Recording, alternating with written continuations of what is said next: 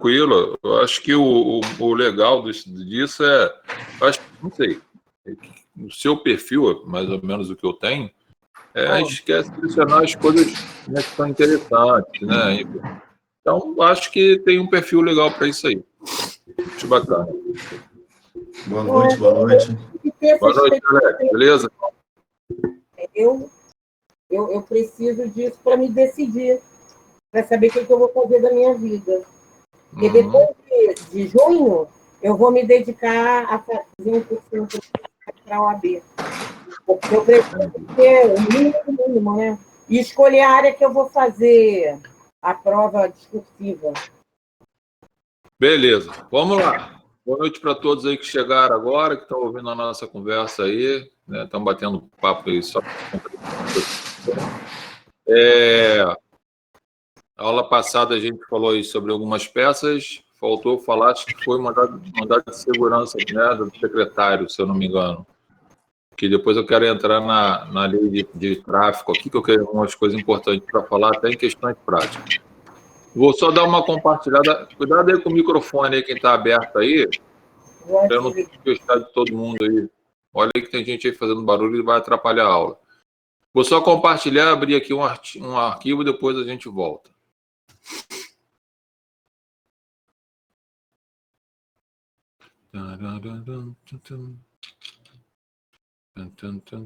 Isso aqui.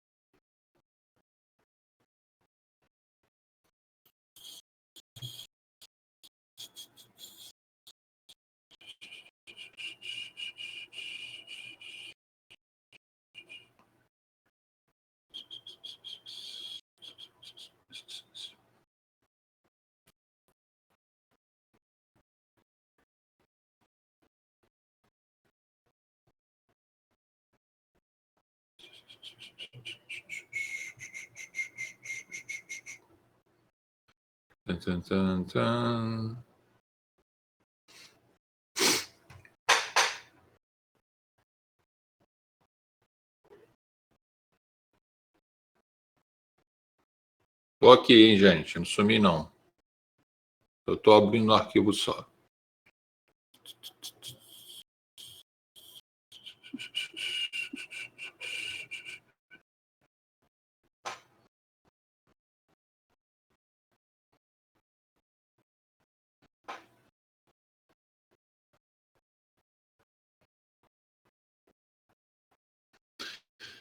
Panapa.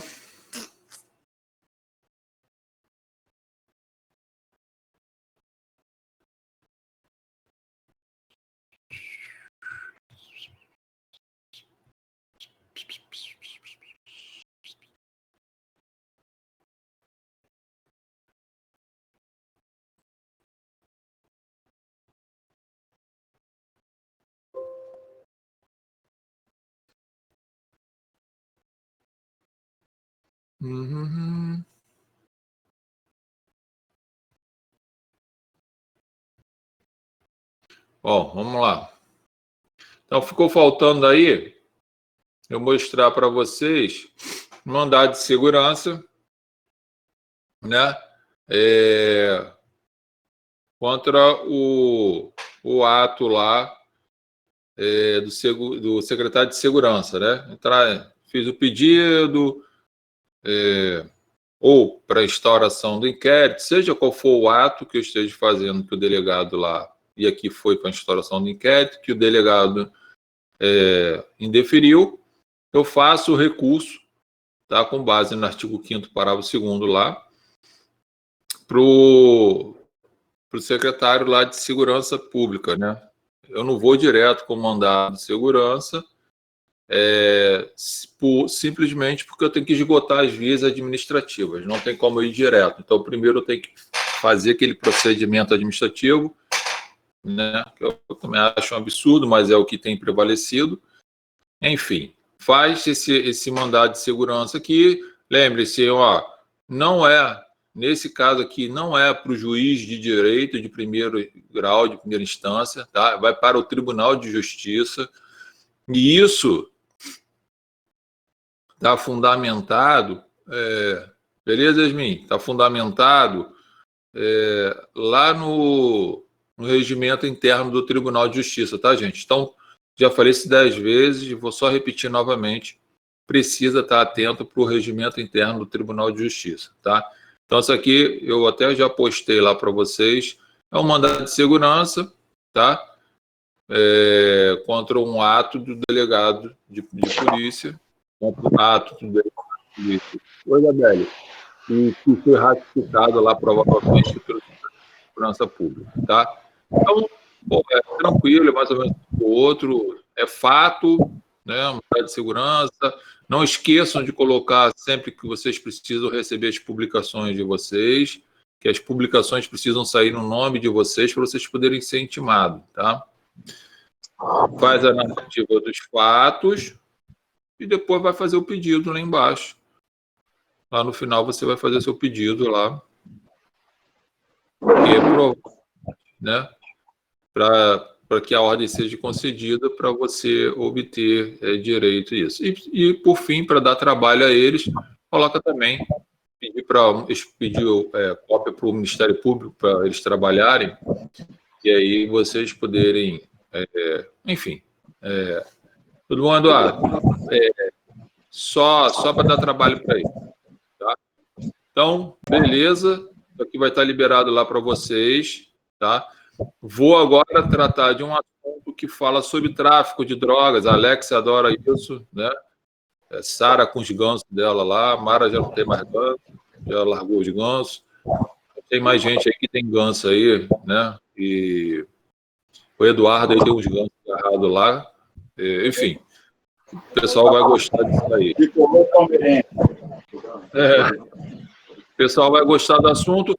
E vou compartilhar aqui, porque eu vou abrir a lei, tá, gente? Para a gente poder discutir isso aqui na lei, tá? Eu vou pegar só minha sapatilha que está na cantina, eu deixo minhas coisas lá de uma vez. Deixo dentro do carro. Ó, a Sara tá falando aí, deve ser alguém aí que está preso com ela aí, ó. Número da lei, né? Oi? O número da lei. 11.343, de 2006. Tá? Ó, 11.343 de 2006. Galera, a gente vai falar algumas coisas importantes aqui, principalmente no que tange prática, né? Que é o que interessa para a gente. A gente não vai estudar aqui tipos penais, especialmente lá da lei, até porque vocês já estudaram isso aí, na época que vocês estudaram legislação especial aí com alguém aí. Não foi comigo, mas foi com, acho que foi com o Ronald, não sei com quem foi. Mas eu vou precisar fazer alguma... Oi? Ronald. Então, vocês estudaram os tipos penais previstos lá na lei, provavelmente, né? Passou isso para vocês. Mas eu quero falar de algumas coisas que, principalmente na prática, já que a gente está falando de prática, vai ser importante para a gente poder avaliar. Eu vou lá no artigo 28, que é onde começa a brincadeira. Tá? Então, esse slide está no Classroom, professor? Cara, isso é a lei, posso colocar lá, não tem nenhum problema não. Ah, é só a lei. Eu posso... Não, beleza. Eu falei, isso aqui é a lei seca. O material disso aqui, na verdade, está aqui comigo, que eu comecei a escrever, tá, gente? Eu vou escrever e vou liberar lá para vocês, tá? Só não liberei ainda como uma espécie de uma apostila, porque não deu tempo, tá? Mas eu já escrevi, só estou digitando. Assim que eu colocar no slide, eu libero lá também, tá? Eu quero. A gente... 28. Ele aqui. O bonitinho está aqui. Beleza? Então, veja bem, galera. A primeira coisa que eu quero conversar com vocês é o seguinte, tá? Principalmente, eu vou tratar aqui as questões práticas, e do procedimento, como é que corre uma audiência, como é que é feito o inquérito, coisas desse tipo, que é o que interessa para a gente, tá? A gente não vai mais ficar aqui classificando, né, o tipo penal, né, objeto jurídico, objeto material, nada disso. A gente não tem mais tempo para isso, ok? A gente agora vai para outros caminhos aí. E aí é o que eu estou chamando a atenção de vocês aí, tá? Então, deixa eu só fechar aqui. Então, a gente vai partir para esse princípio aqui. Vamos lá, artigo 28, que é o que interessa, tá? Quem adquirir, guardar, tiver em depósito, transportar ou trouxer consigo para consumo próprio, então, né? Então, consumo pessoal aqui, ó. A primeira característica desse negocinho é que o consumo tem que ser pessoal, de drogas, né, sem autorização em desacordo com a determinação legal. Não vou nem mencionar que essa lei tem uma norma penal em branco, né, que tem a Anvisa tem lá as suas resoluções, enfim, que traz lá o que é droga, o que não é droga, o que é permitido e o que não é permitido. Vocês já sabem já, né? O que me interessa aqui, a primeira coisa que eu vou observar aqui, já que para muitos essa lei aqui, a questão é muito, só tem coisa grave, não é bem verdade, não. Tem coisas tranquilas aqui para ser resolvida, né? Eu, particularmente, não gosto de atuar no crime de tráfico, mas tem gente que gosta e vai ganhar dinheiro com isso, né? Veja bem, o 28, tá? O 28 ainda fala assim, ó, será submetido às seguintes penas, tá ok? Então, nós temos aqui, se você reparar, 3 penas que o sujeito pode sofrer. Nenhuma dessas penas aqui é privativa de liberdade. Tá ok?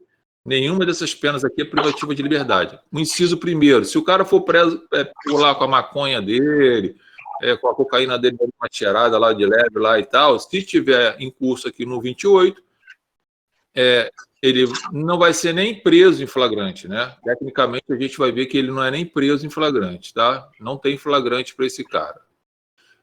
O que acontece aqui? Se ele for processado, a gente vai ver o porquê. Se ele for condenado, ele pode tomar uma dessas penas aqui. Ele pode sofrer só uma advertência, ele pode sofrer a prestação de serviço à comunidade, ou ele pode sofrer, né, uma medida educativa, que é comparecer, né, a programa e cursos educativos, né? A história, vai assistir aula do que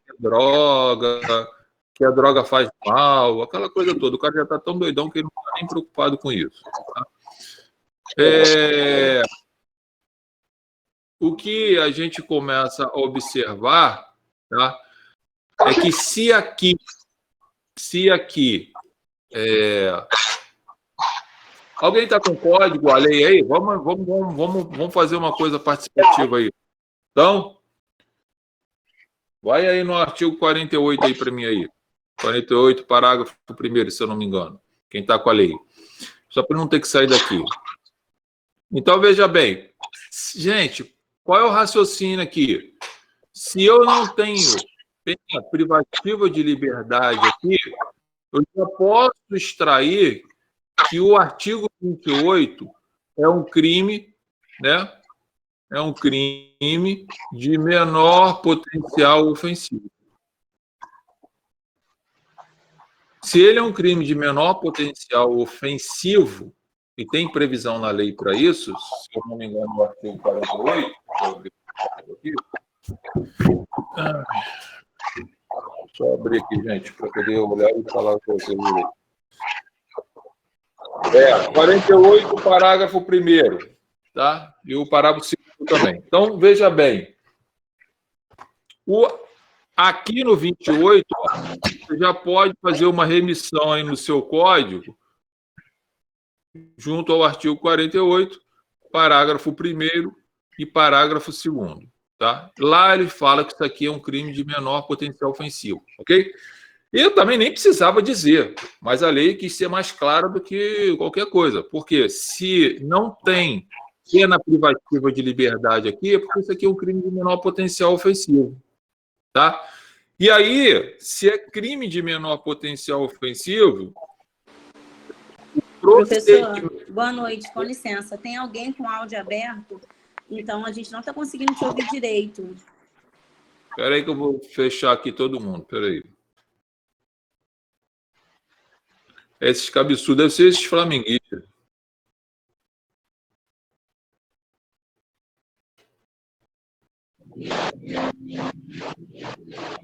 Fecha o áudio aí, galera. Ajuda aí. Deixa eu voltar aqui.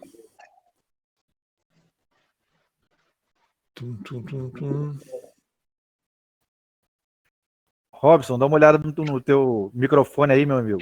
Está aberto. Fecha aí, Robson. Não tem nada não, pô. Não tem nada não. Quem tiver aí, fecha aí, por favor. Tá fechado. Não tem nada aberto aqui, ó, porque agora tá falando. Então vê aí se alguém aí tá com o microfone aberto aí que eu tenho que abrir aqui. Bom, vamos lá. Estou voltando aqui. Fecha aí, galera. Então veja bem. Voltando aqui, o 28 é um crime de menor potencial ofensivo. Gente, tem gente com o microfone aberto aí, fecha aí. O 28 é, então, um crime de menor potencial ofensivo, tá? Fica claro para a gente, primeiro, porque não tem a pena privativa de liberdade e também o próprio 48, parágrafo 1º, fala que é um crime de menor potencial ofensivo, portanto, vai ser de competência, né? Vai ter a competência aqui, ó, do GCRIM. Então, o GCRIM que vai julgar isso aqui. Beleza. O que eu quero chamar a atenção de vocês aqui? Gente, fecha aí. Então, se é o GCRIM, existem os institutos despenalizadores. Quem são esses caras? Transação penal, suspensão do condicional do processo, tá ok? E a composição civil. No caso da composição civil aqui vai ficar de fora, porque isso aqui é uma ação penal pública incondicionada. Então, seria a suspensão condicional do processo ou a transação, tá? O promotor de justiça pode chegar lá na hora da audiência, chegar lá e para o seu cliente falar assim, aí, ó, é o seguinte, você praticou esse crime aqui e eu quero transacionar com você, ok? O promotor pode propor isso. Então, seria o 76 lá da 9.099. Faria essa proposta. Tá? Se o cliente aceitar a proposta,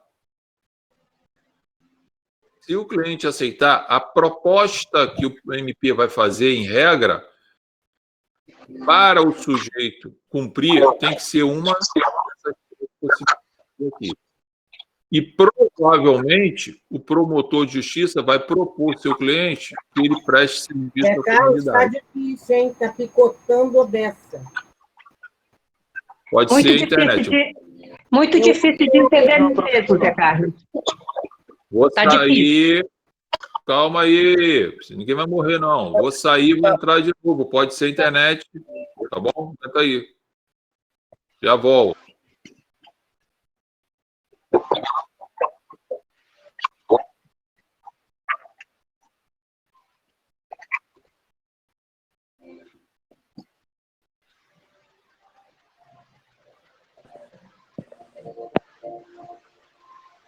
Parece que é dele que estava ruim mesmo.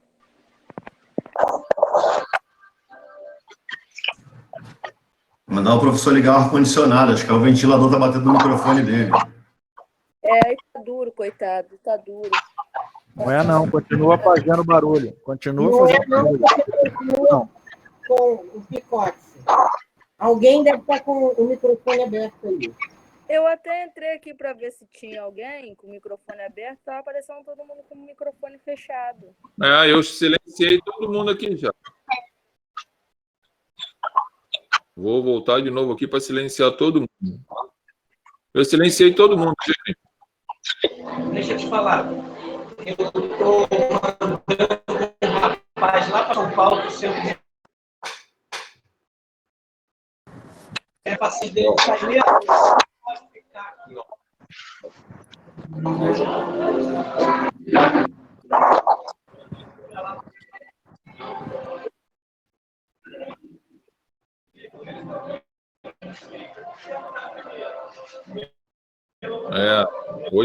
Hoje tá maneiro.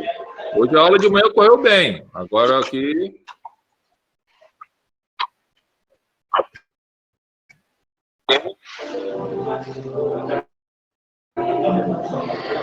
Pô, bora pro som, gente. Eu já silenciei aqui, vocês estão com música alta aí, pô. Aí é difícil, hein? Ó, galera, vamos ter educação. Educação é o nome do negócio. Né? Educação é bom para o próximo. Vamos lá. É difícil. E olha que a gente está fazendo faculdade de Direito, hein?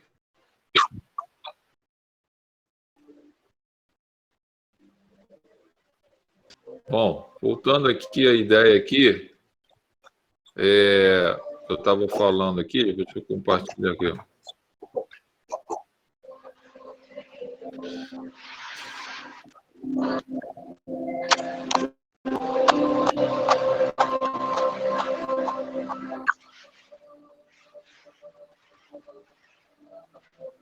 Bom, deixa eu só, enquanto eu estou acertando ele aqui, aí, ó, o som alto aí, ó. Deve ser algum flamenguista com esse negócio alto, não é possível isso.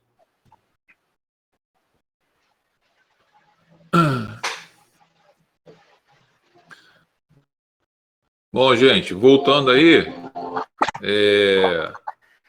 a gente, dando continuidade aqui, só falando aqui, tá? Então, o sujeito pode ser que ele proponha para o seu cliente a ideia de fazer a transação penal. Seu cliente é obrigado a fazer a transação penal? Não, seu cliente não é obrigado a fazer a transação penal. E esse é o detalhe que eu quero chamar a atenção de vocês. Se você vê que tem possibilidade de absolver o seu cliente, tá? Não corra o risco de fazer transação penal, ok? Não corra o risco. Por quê? Porque você acha que o seu cliente, né, vai ser absolvido. Se você acha que ele pode ser condenado, a melhor coisa que tem que fazer, gente, é fazer a transação penal. Por quê? Aqui no 76, não vai constar reincidência, não vai constar nada na folha de antecedentes criminais do seu cliente.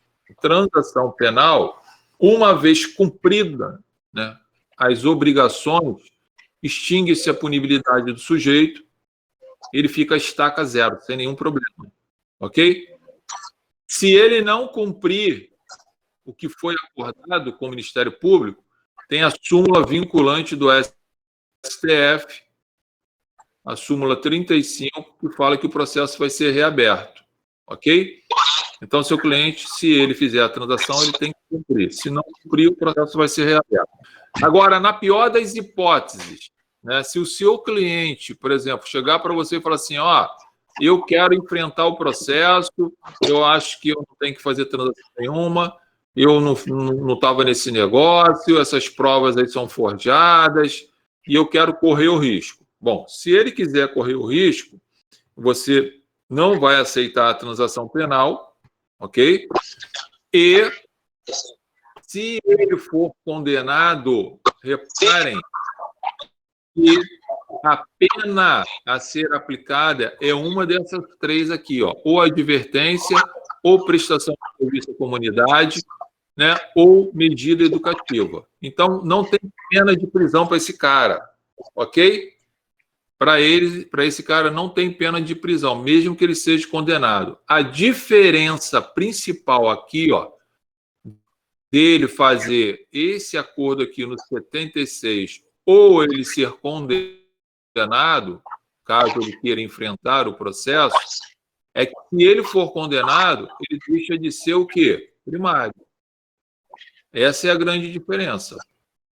Tá? Então, o que eu tenho que fazer no caso concreto? Pegar o processo, se for o caso aqui, né, do 28, para o uso próprio, eu tenho que, no caso concreto, verificar as provas e, se a prova estiver ruim para o meu cliente, eu oriento ele a fazer a transação penal. Porque não vai prestar um serviço à comunidade e não vai acontecer mais nada com ele quando ele cumprir as obrigações dele. Volta a estaca zero. Agora, se ele quiser correr o risco de responder ao processo, enfrentar o processo, se acontecer uma dessas três aqui, tá? Porém, vai deixar de ser primário. Outro detalhe no caso concreto que eu quero chamar a atenção de vocês aí, né? Chega lá um cliente lá para você dizendo que ele foi preso em flagrante, tá? Pela prática do 28. E nem adianta você falar para mim que isso não acontece, que isso acontece, tá ok? O delegado de polícia, se né, obviamente, os requisitos do 312 não estiver presente, provavelmente não vai estar. Se ele foi preso em flagrante pelo 28, em regra, o delegado não pode prender esse cara, não. Tá? O cara está lá consumindo lá a maconha dele, a cocaína dele lá de boa lá, e a polícia vem e dá o bote nele, ok? Vai pegar esse cara aqui e vai fazer a prisão em flagrante? Não, a polícia não pode fazer a prisão em flagrante dele. A polícia tem que pegar ele, conduzir ele à delegacia. Lá vai ser lavrado o termo circunstanciado, que é o crime de menor potencial ofensivo, tá? E se ele aceitar assinar o termo circunstanciado, assumindo o compromisso de comparecer em juízo, esse cara sai pela porta da frente, sem problema nenhum. Ele só vai ser preso em flagrante, que aí o delegado vai ter que lavrar o auto de prisão em flagrante, se ele se recusar a assinar o termo circunstanciado. Ele tem que estar muito cheirado para ele recusar, né, gente? Porque o Estado está dando para ele uma facilidade para ele ir embora para casa. Então, em regra, o sujeito não é preso em flagrante, tá ok? Quando o cara está no 28 e ele é pego pela polícia, tecnicamente vai ser conduzido à delegacia e lá vai ser lavrado o termo circunstanciado. E ele tem que assinar esse termo circunstanciado, se comprometendo a comparecer em juízo. Tá? Então, se liga nisso aqui. Outro detalhe. Se esse maluquinho aqui for preso, por exemplo, a bordo de uma aeronave, está lá no avião, lá, consumindo a maconha dele, ou cheirando e é preso, a competência desse crime não é do GCRIM estadual, não, tá? É do GCRIM federal, 109, inciso 9 da CF. Cuidado, se for aeronave ou embarcação, não é juizado especial criminal estadual, ok? Então, se liga nesse detalhe aí, para vocês não ficarem vendidos. Tá? Então, detalhe disso aqui que mais chama atenção, que muita gente às vezes não sabe, é que não tem pena de prisão aqui. Ó. A única pena que o cara pode sofrer é essa daqui. Tá? Bom, quero falar do 33 agora. Vamos lá no 33. 33 é interessante também. Que nós temos o tráfico privilegiado.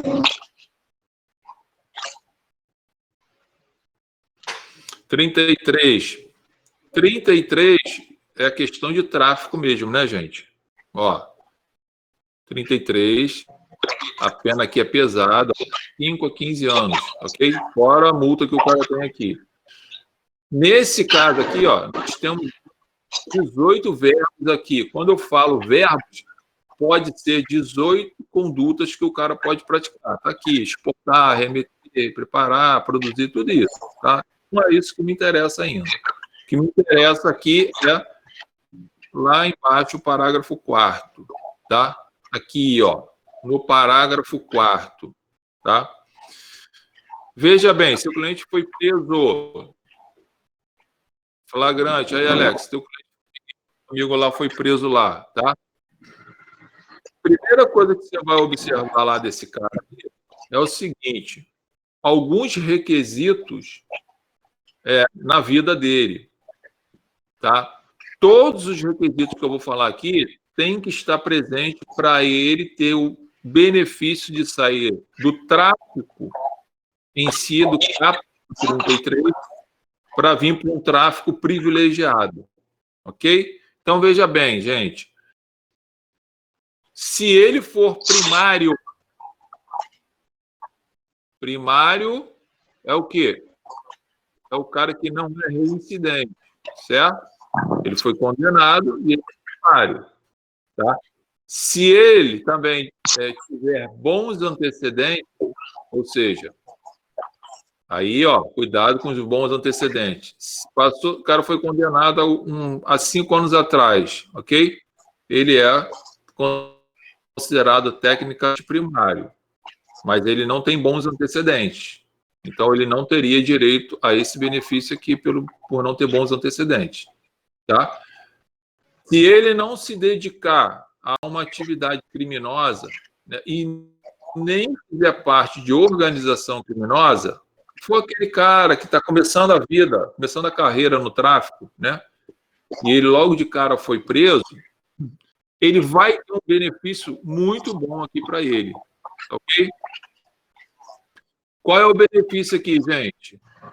É quando o juiz aplicar a pena a esse cara aqui, o juiz pode reduzir, né, essa pena dele aqui, tá?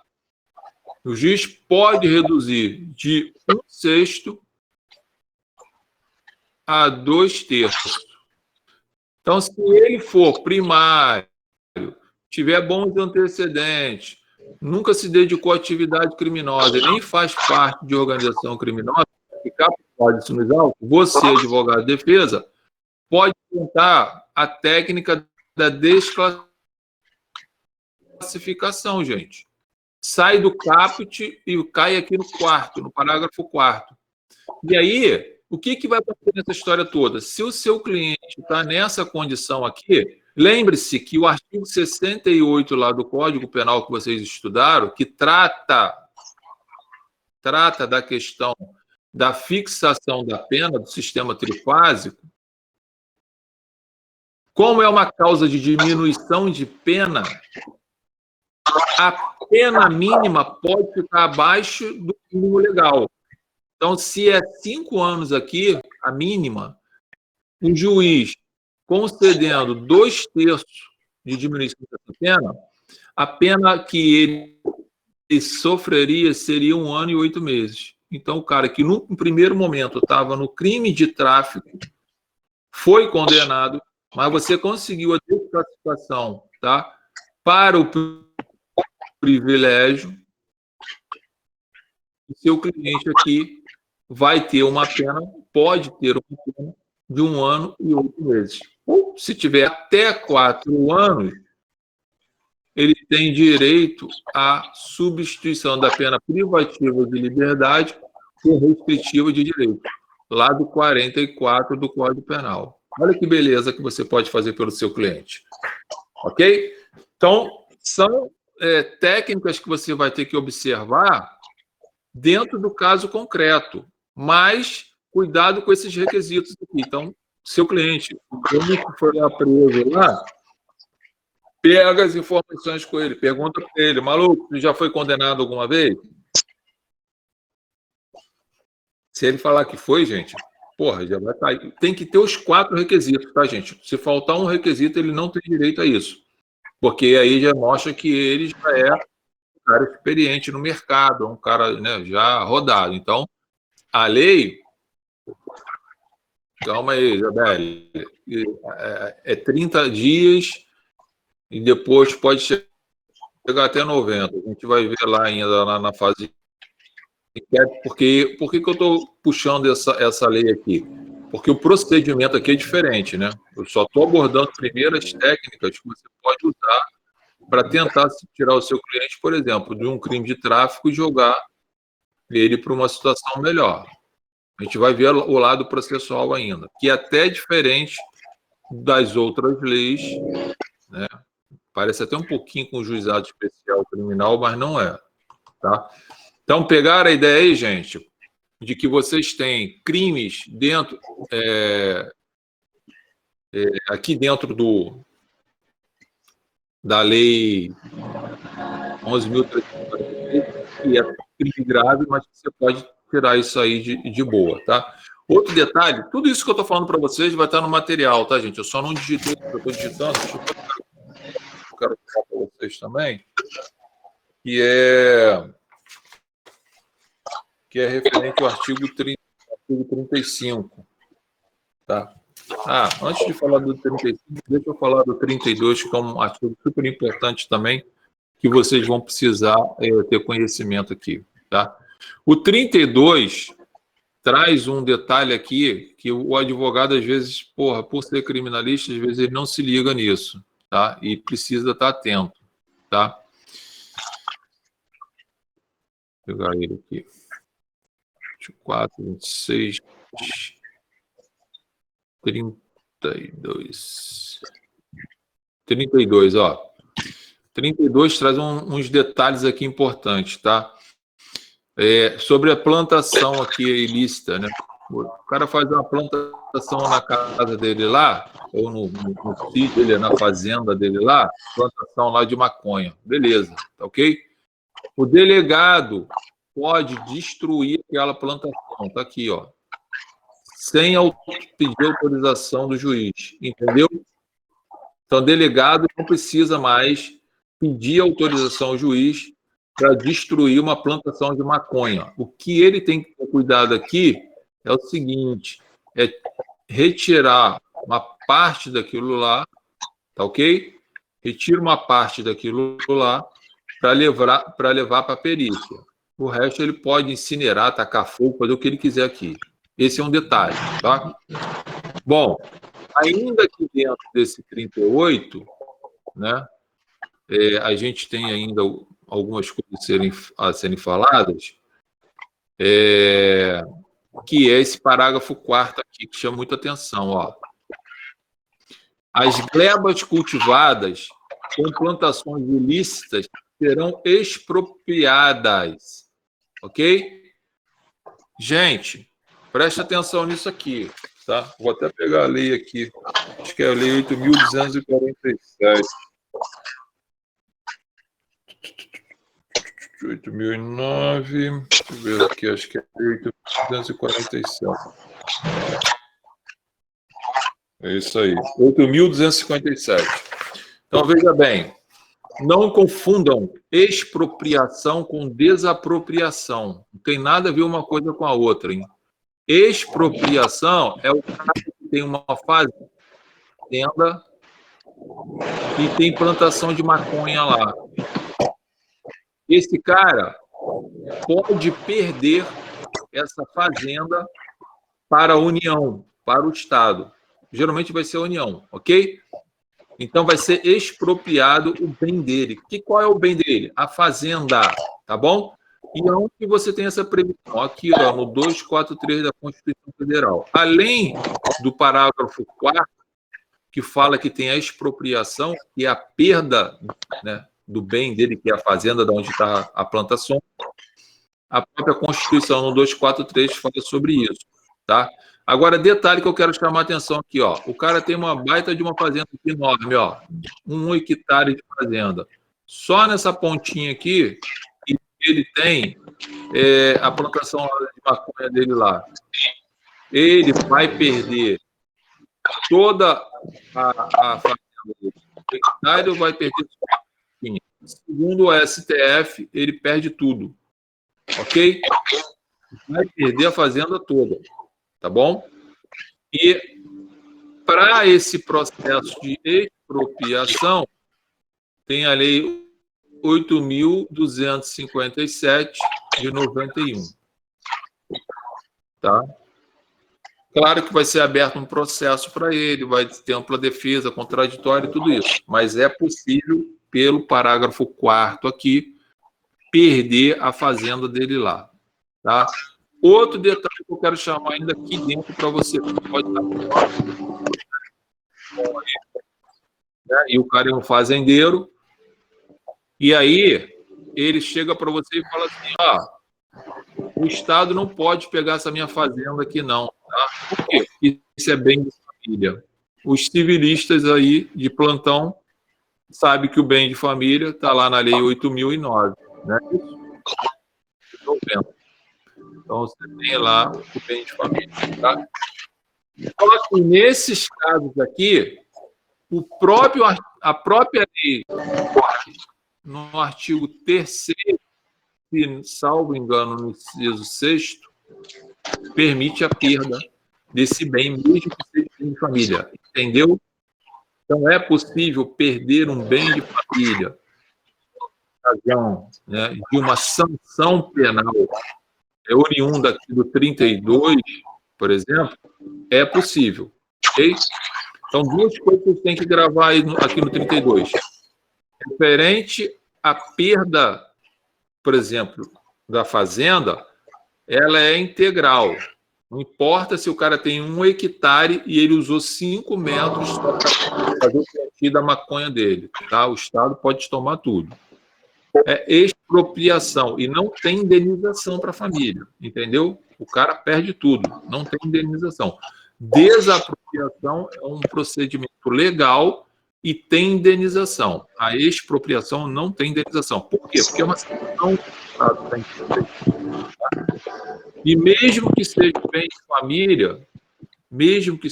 de família, pode perder por força da lei, tá? O artigo 3º da Lei 8.009 menciona essa possibilidade lá. Alguma pergunta aí, Pro? Então, cuidado quem for atuar no tráfico, tem gente que gosta de atuar na área de tráfico, né?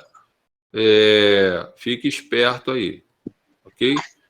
Vamos agora no 35. Quero falar do 35 aqui, deixa eu pegar o HC aqui. Daqui a pouco a gente vai estar entrando lá na questão dos procedimentos que também vocês vão precisar.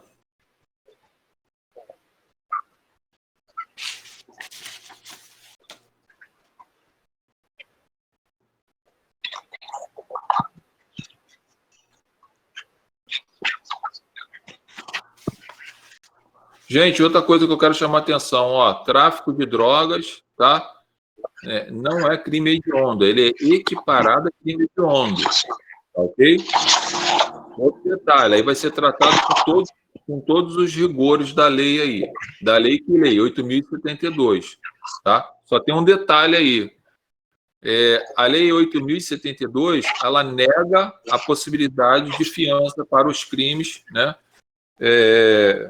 De tráfico, ok? Mas cabe liberdade provisória, hein, gente, no crime de tráfico. A gente tem uma porrada de traficante solto aí com liberdade provisória e não confiança, ok?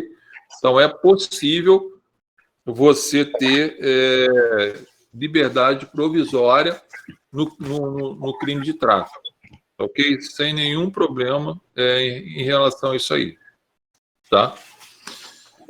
Só pegar aqui um HC que eu quero pegar aqui para vocês. Parágrafo 4º do 33, 4 meses, HC 44, 34, tá. 5, 6.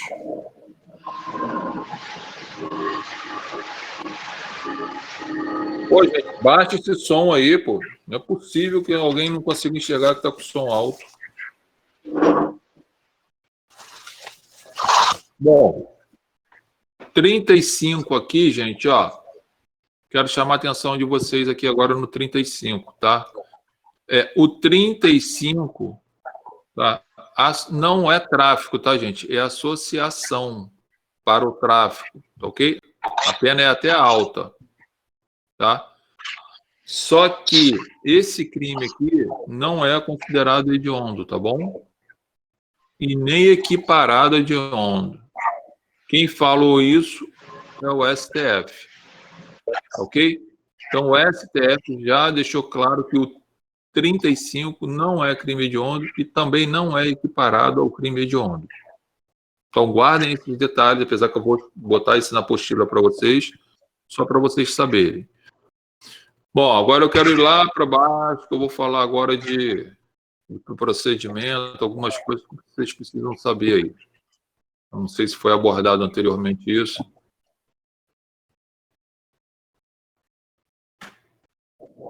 Do procedimento penal. Começa aqui do procedimento penal. Ó.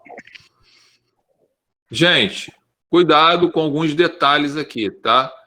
A gente fala de procedimento, vai falar de investigação e vai falar de processo, que tem tudo a ver aí com o nosso campo prático, tá? Então, o 48 fala assim, ó, o procedimento relativo aos crimes definidos nesse título rege-se pelo disposto neste capítulo, tá? Aplicando subsidiariamente o Código de Processo Penal e a Lei de Execução Penal. Óbvio, se eu tenho uma lei especial que traz procedimento, eu vou aplicar o que está dentro dessa lei especial, ok? Se tiver alguma lacuna aqui nessa lei, eu vou me socorrer lá do CPP, ok? O agente de qualquer das condutas previstas no artigo 28, né? Salvo se houver concurso, isso aí eu nem preciso falar para vocês, né, gente?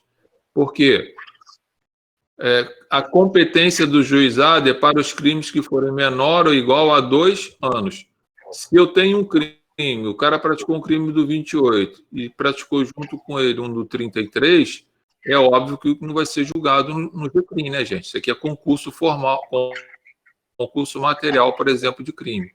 Soma as penas, ultrapassou 2 anos, vai cair no rito comum. Isso aí é óbvio que a lei está falando aqui para vocês, tá? Olha o que diz aqui o parágrafo 2º, ó, que foi o que eu falei lá na frente, ó. Tratando-se de conduta prevista no artigo 28 desta lei, não se imporá prisão em flagrante. Ok? Então, no primeiro momento, não cabe prisão em flagrante. Tá? Se você for na delegacia, se o cliente estiver preso em flagrante pela prática do 28, qual é o seu papel aqui? HC. Ok? E HC para onde? Para o Tribunal de Justiça, certo, gente? Certo?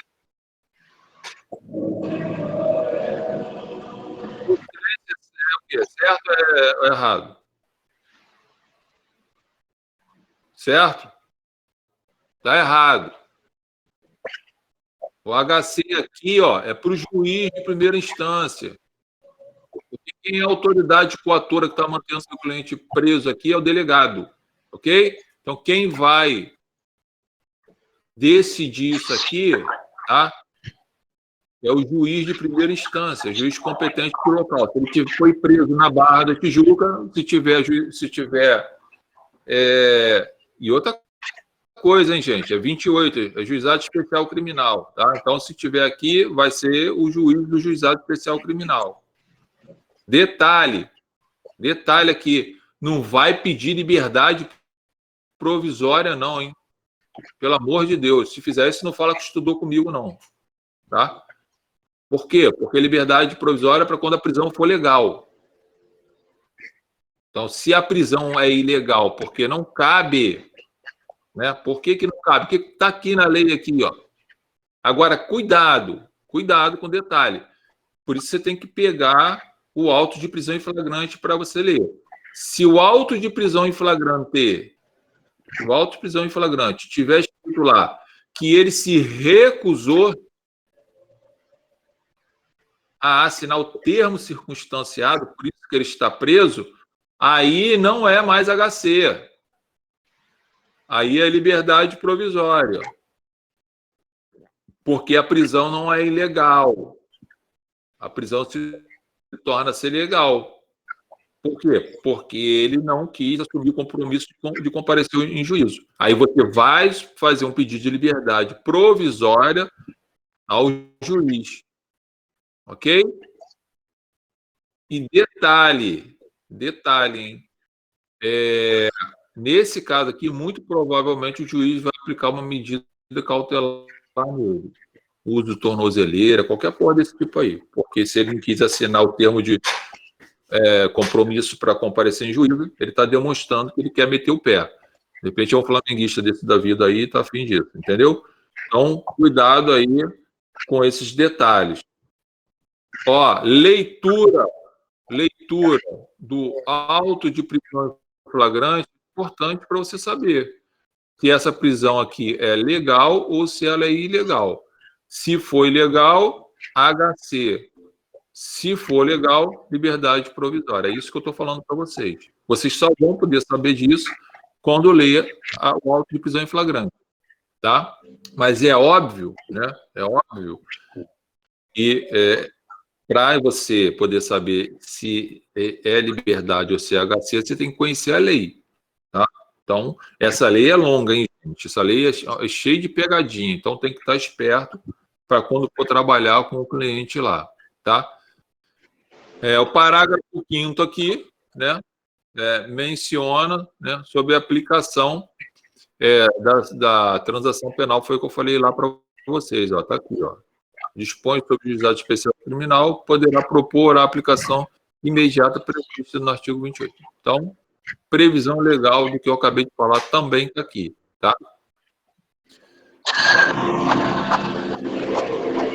Ó,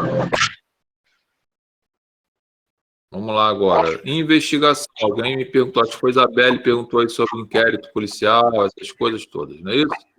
Então, cuidado aqui que agora, se o cara, por exemplo, praticou o crime lá do tráfico, lá, enfim, foi uma pena alta, por exemplo, né, e se ocorreu a prisão em flagrante, pelo amor de Deus, se for prisão em flagrante, não vai pedir fiança, não cabe. Se pedir, não estudou comigo, tá? Então, você aqui, nesse caso aqui, a autoridade policial, né, fará imediatamente comunicação ao juiz competente, submetendo cópia dos autos. Por que tem que ter aqui, gente? Para audiência de custódia.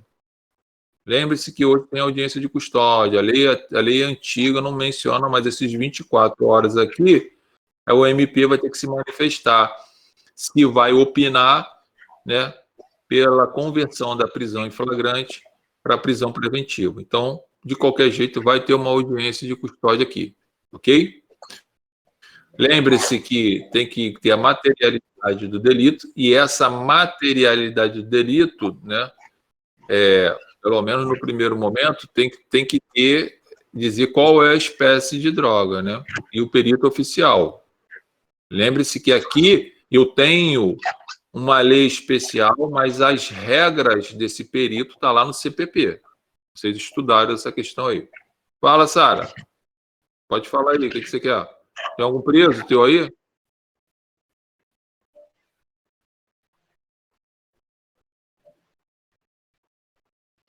Sim, o perito oficial. Perito oficial, Mara. Tá? Isso aí não tem como ter. Agora, cuidado, ó. Recebido a cópia do auto de prisão em flagrante, o juiz, no prazo de 10 dias, então o juiz tem um prazo aqui, ó, tranquilo aqui de 10 dias, tá? Certificará a regularidade formal do laudo de constatação. Então, por quê? Porque foi um laudo de constatação aqui da droga. O juiz agora vai avaliar esse laudo, a formalidade desse laudo, se os requisitos do laudo estão corretos, tá? E determinará a destruição das drogas apreendidas, ok? Guardando, obviamente, a amostra, né, para a realização de um laudo definitivo, ok? Esse laudo inicial aqui é um laudo para ter elementos para manutenção da prisão do cara, pelo menos no primeiro momento. Depois vai ser feito esse laudo aqui, tá? Bom, a destruição dessa também tem prazo, 15 dias, na presença do Ministério Público, ok? E da autoridade sanitária. Então, as drogas que foram apreendidas, essa semana aí, ó, parece aí que foi aí, aqui, se foi Itacudo, perto, prenderam ali um caminhão ali, um carro ali que tinha, deram 19 milhões, né, de desfalque aí. E essa droga, a gente acha, ou pelo menos tem certeza, que vai ser destruído, né, gente? É o que a gente espera, né? Bom, tem a destruição. Isabelle, ó, prazo para o término do inquérito, tá? Se o cara tiver preso, 30 dias. Se o cara tiver solto, 90 dias. Ok? Não entendi, Lona. Escreve aí de novo para mim, que saiu. Sim, pode ser prorrogado. Tá? Então, cuidado lá no CPP. Isso aqui é diferente do CPP. Então, se é crime aqui de tráfico, é uma lei especial, vai prevalecer. O que eu estava falando? Que horas? Eu estou falando já tem um tempão aqui.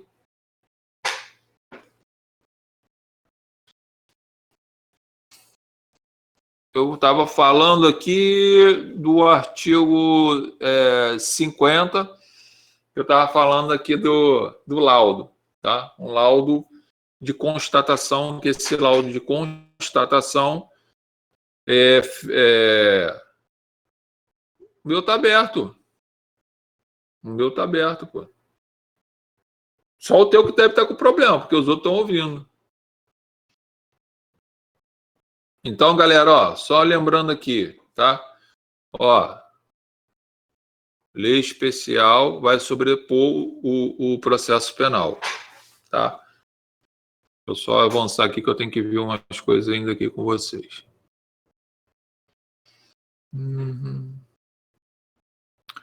Retardar ameaça dos autos. Qualquer fase criminalidade.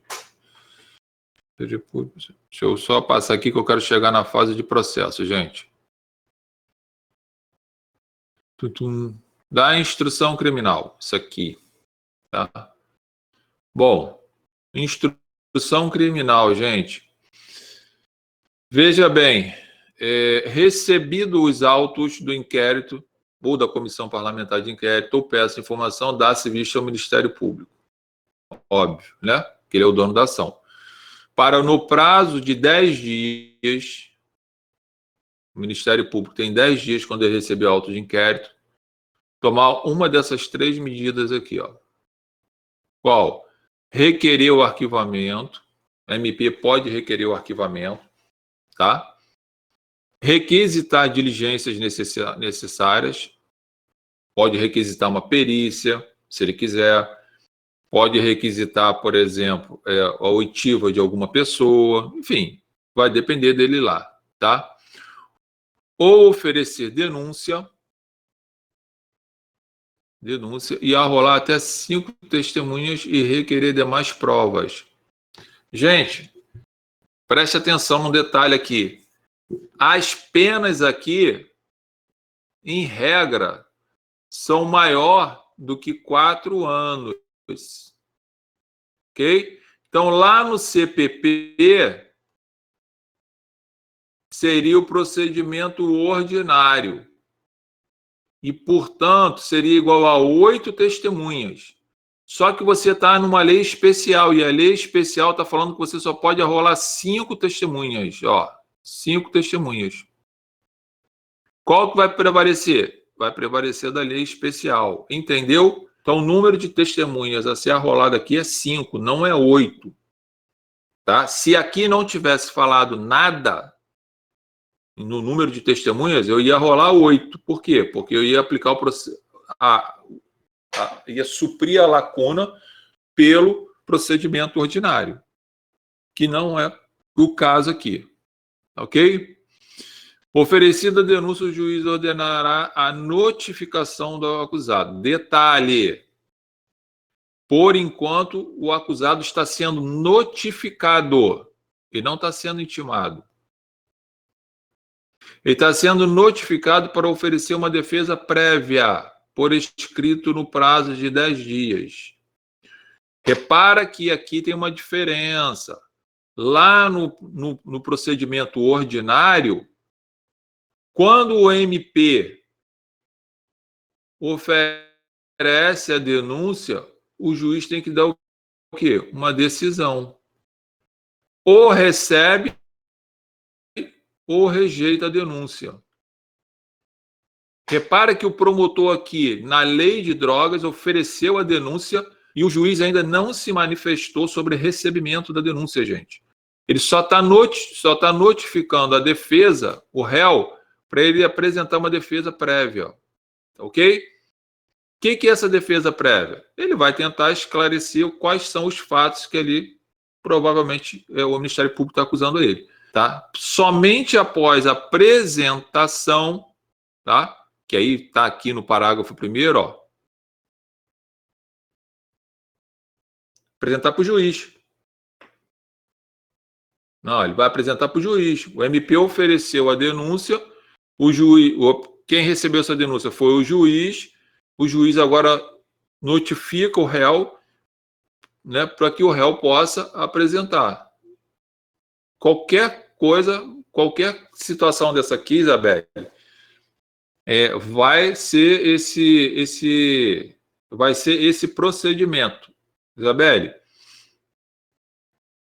gente, para todo mundo isso. Quando for tráfico internacional de drogas, a competência sempre será da Justiça Federal, mas o procedimento é o mesmo. Só muda a competência de federal para estadual, só isso, tá? Mas o procedimento vai ser o mesmo, não vai mudar nada.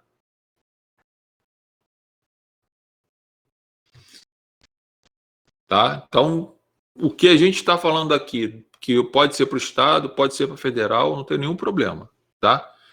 Se vocês repararem um detalhe, o MP, nesse exemplo aqui, quando ele oferece a denúncia, o juiz não deu decisão de recebimento ou rejeição ainda. Não, ele mandou notificar a defesa e a defesa, né, pode até colocar exceções. Que exceções seria essa aqui? Exceção de incompetência, por exemplo, do juiz, Isabelle. Vamos que ele tenha, por exemplo, entrado lá na Justiça Federal e o crime é de competência estadual, como você falou aí. Você vai fazer as exceções, exceção de incompetência, tá ok? Para mandar para a Justiça Estadual. Lembre-se que nesse caso aqui é até uma questão de nulidade absoluta. Mas já falei para vocês na prática que os tribunais têm flexibilizado isso aí. Tá? Então, é a hora que vocês vão alegar todas as nulidades que vocês tiverem que alegar. A exceção seria uma dessa aqui. Tá? E veja bem, também vai produzir provas, juntar documentos, vai dizer quais as provas que você quer produzir e vai rolar 5 testemunhas. Se vocês estiverem atentos às coisas aí, esse rito aqui, pelo menos agora, está parecendo muito com o GCRIM, né, gente? O GCRIM, logo no início, não tem o recebimento da denúncia. Se vocês lembrarem da Lei 9.099, vocês vão ver que somente depois da defesa que o juiz decide se recebe ou não a denúncia, tá? Detalhe, as exceções, eu ainda vou juntar peça de exceções para vocês aí, tá? As exceções têm que ser processadas em apartado.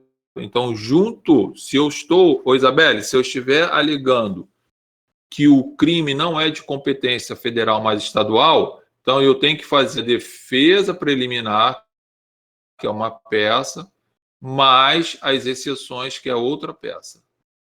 E protocolo tudo, tá ok? Então, para o juiz vai vir para cá e as exceções vai para o tribunal poder julgar isso aqui. Não vai ser o juiz que vai julgar, tá? Então, detalhe importante que você precisa lembrar. Deixa eu voltar aqui. Se a resposta não for apresentada, o juiz vai nomear quem? Defensor, ok? Tá? Para 10 dias concedendo prazo para ele. Agora que é o detalhe, apresentada a defesa, o juiz vai ter 5 dias para decidir. Então, após a apresentação da defesa preliminar, o juiz decide em 5 dias, tá? Se for o caso, né, ele pode determinar também a apresentação do réu em 10 dias para realização de diligências e exames periciais, né? Se você estiver, por exemplo, alegando que o cara tem problemas mentais, se você estiver alegando que o cara ele não é um traficante, mas ele é um usuário, e aí você pode, o juiz, dentro da tua defesa preliminar, ele pode deixar e pode nomear, enfim, um perito e fazer uma perícia nesse cara aqui, tá? Ó, recebida a denúncia, então aqui já vem uma decisão, aqui já saiu a decisão, ok? Tá? Ó, decidiu aqui. E o que ele decidiu? Ou ele rejeitou a denúncia, ou ele aceitou a denúncia. Se ele aceitou a denúncia, a gente está falando de 56. Recebida a denúncia, o juiz designará dia e hora para audiência de instrução e julgamento, ordenando a citação pessoal do acusado, né, a intimação do Ministério Público, do assistente, e requisitará os laudos periciais. Ok? Então, beleza. O que me importa aqui, esses prazos aqui, ó, da audiência aqui, ó, de 30 dias, 90 dias, a gente sabe que isso aqui é lá na França, aqui ainda não acontece isso para gente. Fica ligado que agora que é o importante para vocês na prática, ó, na audiência de instrução e julgamento, após o interrogatório do acusado. Opa, aqui a gente tem um problema, tá? A lei fala que o réu vai ser o primeiro a ser ouvido. Tá tudo invertido aqui, tá? E não funciona assim, tá ok? Jurisprudência pacífica, STF, falando que o réu, mesmo nesse procedimento especial, vai ser o último a falar. Tá ok? Zé Carlos, eu estou numa audiência de instrução e julgamento lá do crime de tráfico, o juiz chega e fala, olha, eu sou legalista e vou aplicar o que está na lei. A lei fala que primeiro vai ser ouvido o réu. Ok? Gente, simples e rasteiro. Conseguia nem a ata, que ele está infringindo a lei, e fala que o seu cliente vai ficar em silêncio, tendo em vista que há nulidade, e ele não pode responder aquilo que ele ainda não sabe da acusação. Tá? E toca o barco, depois você entra com os remédios necessários para resolver essa questão aí. Tá ok? Então, grande problema aqui, e eu já vi, tá? Olha que eu já atuei num caso que eu já vi o juiz querer fazer isso. E por incrível que pareça, era eu e mais 2, só eu que fui contra. Parece que os outros 2 não sabiam que isso aqui existia, não, tá? Então, assim, é incrível. Então, não pode deixar, ou não deve, ou se você não tiver como fazer isso, você vai pedir para conseguir na ata, tá? Gente, tem um problema sério quando eu falo em consignar em ata, tá? Existe a ata, é aquela que é impressa, tá ok? E tem a questão hoje das audiências audiovisuais. Tem muito magistrado que fala assim, doutor, a audiência está sendo gravada, está tudo registrado. Só tem um detalhe, se você for discutir nulidade na segunda instância, o que os tribunais olham é a ata, não olha o arquivo aqui, eles não vão perder tempo ficar olhando gravação. Então tem que falar para o juiz, excelência, eu só vou assinar a ata se estiver escrito lá as minhas ponderações. Entendeu? Cuidado com isso, que isso está acontecendo direto e as pessoas têm reclamado. Por quê? Porque o juiz chega e fala assim, ó, doutor, é audiovisual, essa porcaria está gravada aqui, ó. Só tem um detalhe, isso fica gravado lá. E eu quero ver um ministro, um desembargador, ficar abrindo o arquivo para ficar procurando onde está essa nulidade aqui. Ele não vai olhar isso. Então, pede para consignar na ata. Quando imprimir a ata lá, tem que estar escrito aqui os seus fundamentos do que você argumentou. Entendeu? Senão você vai ter problema nisso aqui. Tá? E aí, segue o rito normal, né, gente? Depois vai ter a oitiva das testemunhas, né, de acusação, testemunhas de defesa, tem os debates e depois vem a sentença, sem problema nenhum. E aí, a partir daí, os recursos são normais, tá? Então, cuidado com essas pegadinhas que tem aqui nessa lei, que no campo prático de vocês são detalhes, né? Não é todo dia que você vai ficar advogando para tráfico, né? A não ser que você queira se especializar e ter um escritório só para um grupo de traficantes, você também pode ser isso, pode ser especialista se quiser, né? Não tem nenhum problema.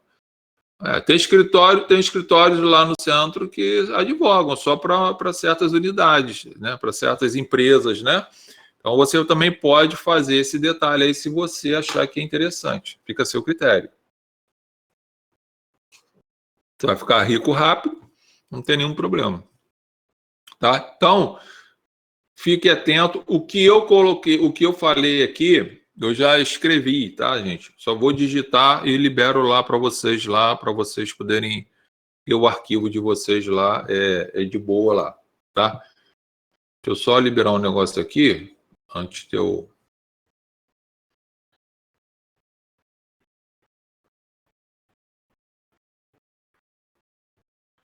Todos aí, alguém tem alguma pergunta para fazer?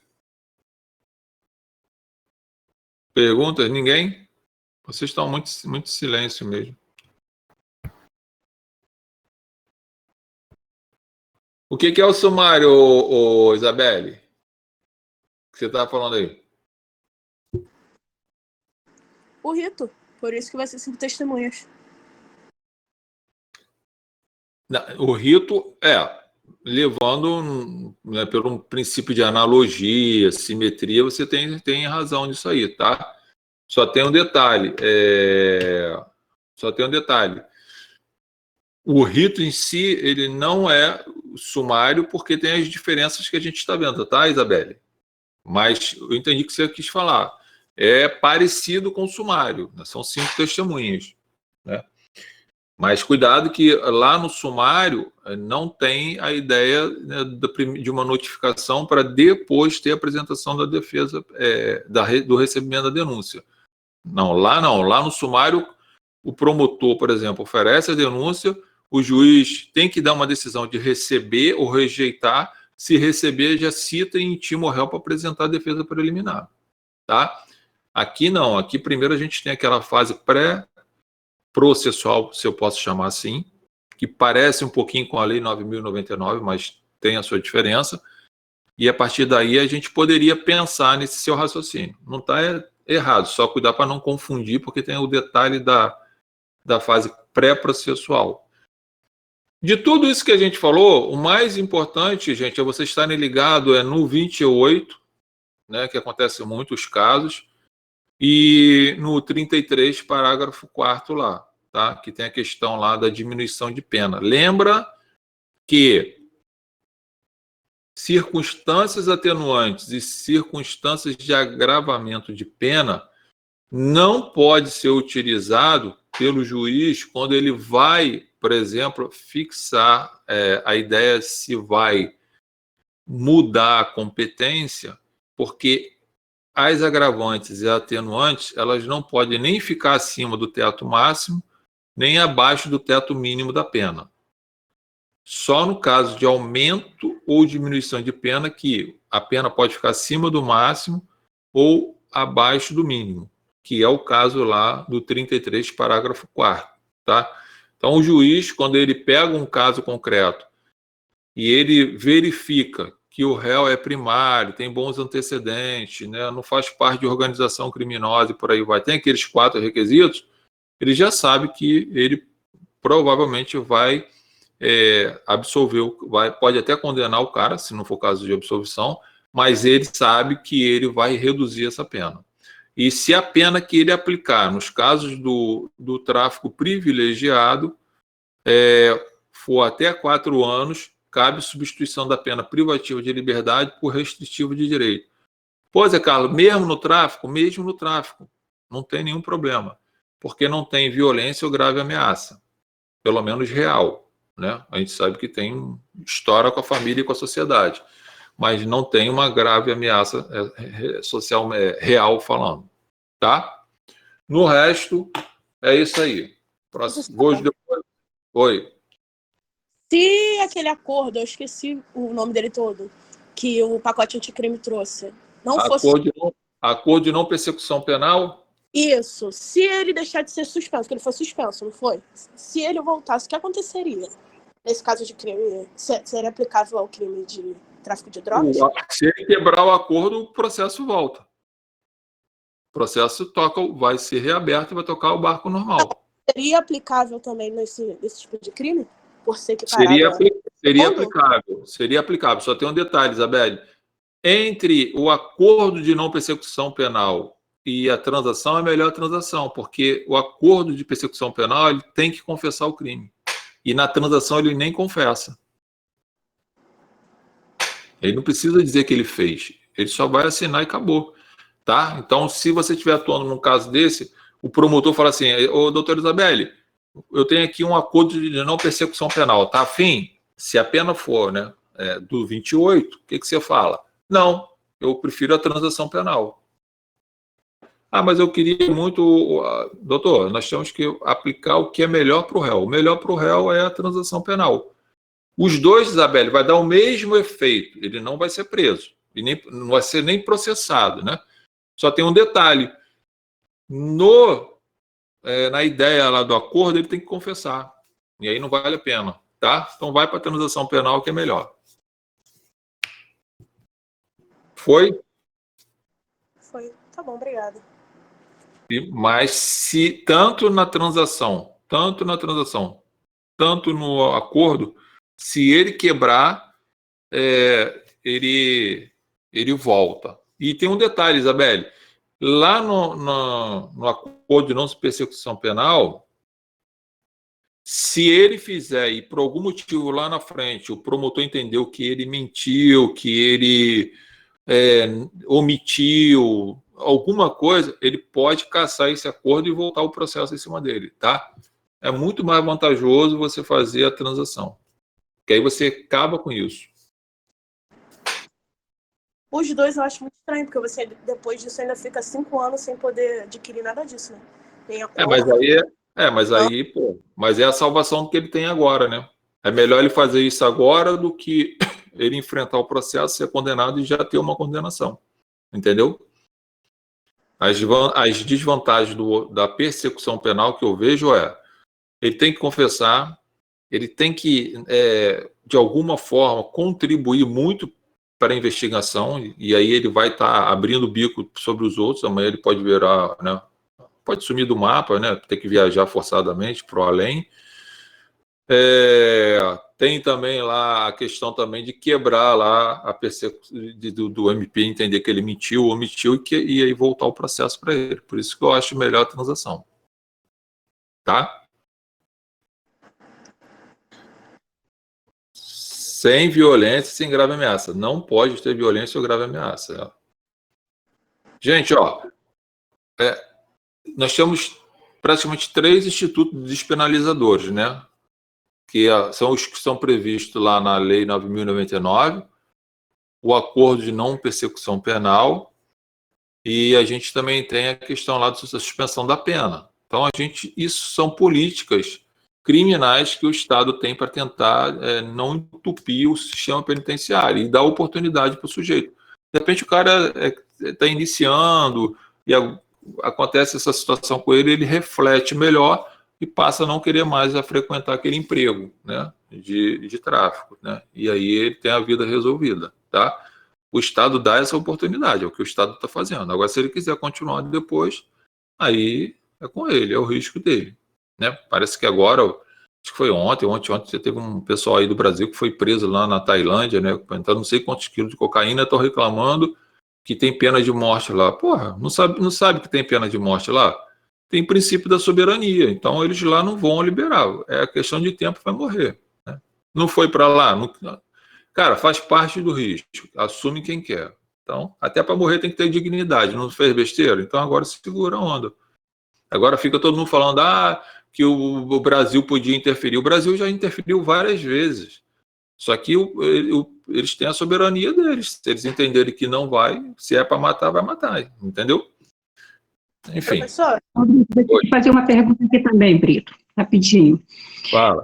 Quando o MP ele faz o arquivamento e aparecendo novas provas, porque só pode desarquivar aparecendo as novas provas. Essas novas provas pode ser a pedido de quem para esse desarquivamento? A do delegado? Pode ser de qualquer pessoa. Se chegar a família, se chegar lá e falar, ó, tem provas novas, ou a própria vítima fala, ó, tem provas novas, está aqui, e ir na delegacia, o delegado comunica ao MP, o MP abre. Ou pode ser o próprio MP que fique catucando, pedindo diligências à delegacia, né? Mas se o MP pede o arquivamento, é porque provavelmente ele já esgotou as possibilidades de produção de prova para aquilo e está aguardando. E aí, às vezes, a família para, às vezes a família consegue provas, entendeu? E aí vai lá na delegacia e apresenta para o delegado, e o delegado comunica ao MP. Qualquer um pode produzir essa prova, na realidade, né? Não tem nenhum problema. se fizer coisa jogada material, né? Uma parada assim, aí não pode mais abrir inquérito. Só se for absolvido, aí faz coisa julgada material, aí não pode ser. Aí é o exemplo que eu já dei. O cara está sendo acusado de homicídio, estupro, por exemplo. Vamos, por exemplo, estupro, para não cair no júri. O cara está sendo acusado de estupro. Aí ele foi julgado e tal, foi absolvido. Aí a vizinha lá fala assim, pô, esse cara foi absolvido, eu tenho a câmera dele estuprando a menina. E aí leva para a polícia, né? Leva para o promotor, aqui, seu promotor, tem aqui, ó, ele está estuprando ela aqui, aí tá a foto do cara lá, ele estuprando e tal. Já era. Não tem revisão pró-sociedade, tá bom? E aí, Isabela, aí vai acontecer o que você está falando, fez coisa julgada material, porque foi julgado o mérito, se enfrentou a questão das provas e julgou se o Estado não conseguiu provar e se errou, o problema do Estado agora. O cara vai ficar solto. Eu também tenho uma dúvida sobre isso aí, do arquivamento do inquérito. Se aquela parada do arquivamento do inquérito que o pacote anticrime também trouxe, que agora é tudo na mão do MP, né? Não é mais deferido pelo juiz. Voltar também. Esses atos, eu não tô sabendo explicar. Essa nova coisa vai se aplicar atos passados já arquivados que vierem a voltar? Sim, ela é imediata. A lei processual é diferente da lei material, tá? Ela entra em eficácia imediata. Não é que com o MP... Agora, cuidado aí, deixa eu só te explicar uma coisa. Mudou foi o seguinte. Antes, quando o MP pedia o arquivamento e o juiz discordava, o juiz mandava os autos para o Procurador-Geral de Justiça. Isso caiu. O que é agora? O MP pede o arquivamento. O juiz, ou até a própria vítima, se não concordar, vai pedir que sejam encaminhados esses autos para o Conselho do Ministério Público, Conselho Nacional do Ministério Público, que vai ter um órgão para ver isso. Não vai ser mais o procurador. E esse órgão vai decidir se acolhe o pedido de arquivamento ou se nomeia outro promotor. Basicamente, continua a mesma coisa, só está mudando o personagem que vai decidir. Agora vai ser um órgão do MP. Não foi suspenso? Sim. Quando ela entrar em vigor, vai ser isso. Então, está prevalecendo ainda do procurador. Entendeu?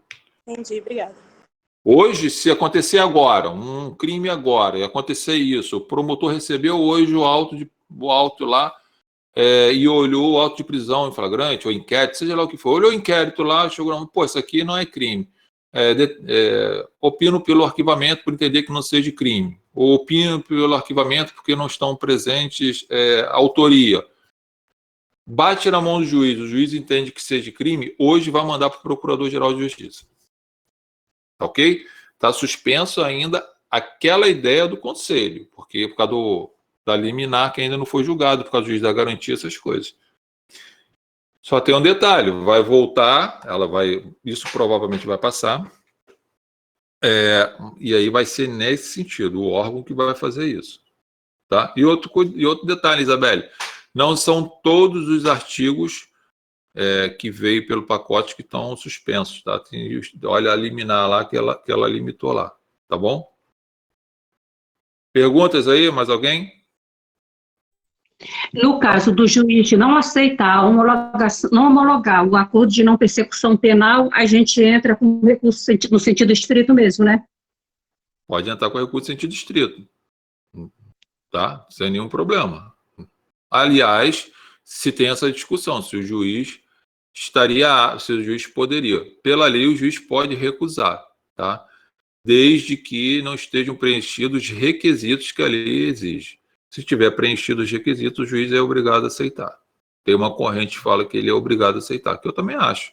Não cabe a ele não é o dono da ação, entendeu? Agora, o papel do juiz na questão da persecução é avaliar se os requisitos que dão a possibilidade do acordo de não persecução penal estão presentes. Principalmente ele, juiz, ter uma audiência exclusiva com